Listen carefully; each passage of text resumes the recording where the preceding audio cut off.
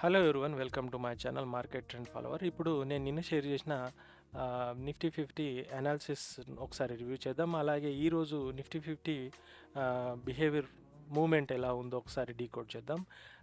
నేను షేర్ చేసిన లెవెల్స్ వచ్చేసి అంతకుముందు మార్కెట్ నిఫ్టీ 50 క్లోజింగ్ వచ్చేసి 24,160 170 రేంజ్. సో నేను ఇమీడియట్ సపోర్ట్ వచ్చేసి 24,100 అండ్ మేజర్ సపోర్ట్ వచ్చేసి 24,000.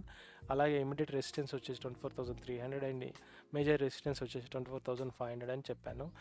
ఎందుకంటే మార్కెట్ 24,160 170 రేంజ్లో ఉంది. అయితే ఈరోజు ఓపెన్ అవ్వడమే మార్కెట్ 24,150 ఆర్ 120 ఆ రేంజ్లో ఓపెన్ అయింది. ఓపెన్ అయ్యి 24,200 వరకు అప్ మూవ్ ఇచ్చి అక్కడ నుంచి మళ్ళీ ఫాల్ అనేది జరిగింది.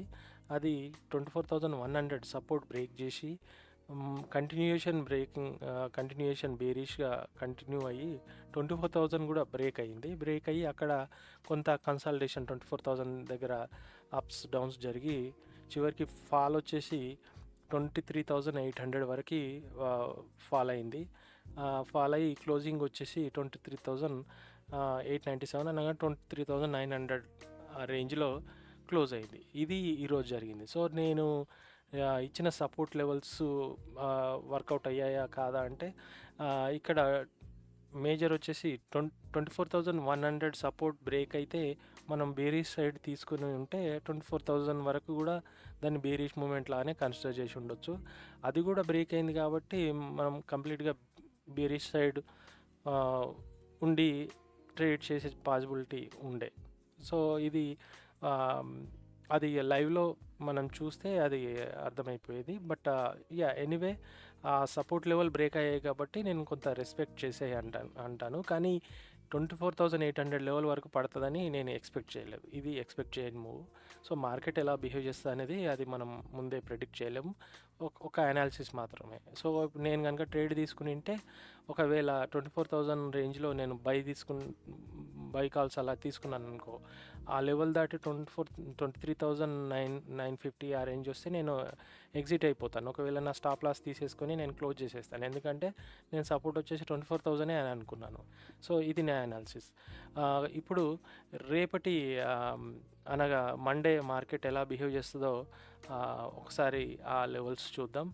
మండే వచ్చేసి ఇప్పుడు క్లోజింగ్ వచ్చేసి 23,900 కాబట్టి ఈ లెవెల్స్ నేను డ్రా చేసుకున్నా. ఇమీడియట్ సపోర్ట్ వచ్చేసి 23,840 పెట్టాయి. ఎందుకంటే ఇప్పుడు గిఫ్ట్ నిఫ్టీ ఇప్పుడు 24,130 150 రేంజ్లో ట్రేడ్ అవుతుంది. అనగా ఆఫ్టర్ మన మార్కెట్ క్లోజ్ అయ్యాక సంథింగ్ ఏదో జరిగింది. సో నిఫ్టీ పాజిటివ్లో ఉంది. సో ఆ ఇంపాక్ట్ వల్ల మన మార్కెట్ 24,000 అబోవ్ గ్యాప్ అప్ అవ్వచ్చు, ఆర్ ఫ్లాట్గా ఓపెన్ అయ్యి పాజిటివ్ మూమెంటే ఉండొచ్చు. సో ఏదైనా జరగవచ్చు. ఆర్ మేబీ రేపు ఏదైనా జరిగి మళ్ళీ గిఫ్ట్ నిఫ్టీ మళ్ళీ పడితే ఇదే బేరిష్ మూమెంట్ కంటిన్యూయేషన్ కూడా జరగవచ్చు. కానీ ఇప్పుడు నేను అనుకుంటున్న సపోర్ట్ అండ్ రెసిస్టెన్స్ లెవెల్స్ వచ్చేసి ఇవి 23,840 immediate support and major support వచ్చేసి 23,700 అండ్ ఇమీడియట్ రెసిస్టెన్స్ వచ్చేసి 23,150 అండ్ మేజర్ రెసిస్టెన్స్ వచ్చేసి 24,300. సో ఇప్పుడు రేపు ఫ్లాట్గా కానీ కొంచెం అప్ మూవ్ ఉంటే కనుక 24,150 అట్లా రెసిస్టెన్స్ అట్లా ఫేస్ చేసి అది కూడా బ్రేక్ అయితే 23,000 వరకు 24,300 కూడా ప్రైస్ అనేది మూవ్ అవ్వచ్చు. ఒకవేళ బేరిష్ మూమెంట్ కంటిన్యూయేషన్ అయితే 23,840 850 బిలో ప్రైస్ డ్రాప్ అయ్యి 23,700 అది కూడా డ్రాప్ అయితే 23,500 దగ్గర రెసిస్టెన్స్ సపోర్ట్ అనేది ఫేస్ చేయవచ్చు. సో ఇది నా అనాలిసిస్. మేబీ ఒకవేళ gap ups or gap downs అయితే అది ఇంకా మూమెంట్ వేరేలా ఉండొచ్చు. ఐ మీన్ ఈ అనాలిసిస్ మేబీ డిఫరెంట్ అయిపోవచ్చు. ఆ లెవెల్స్ అనేటివి డిఫరెంట్ అవ్వచ్చు huge gap up or gap downs అయితే. సో ఇది నా అనాలిసిస్. నా అనాలిసిస్ కనుక మీకు నచ్చినట్లయితే డూ ఫాలో మై ఛానల్.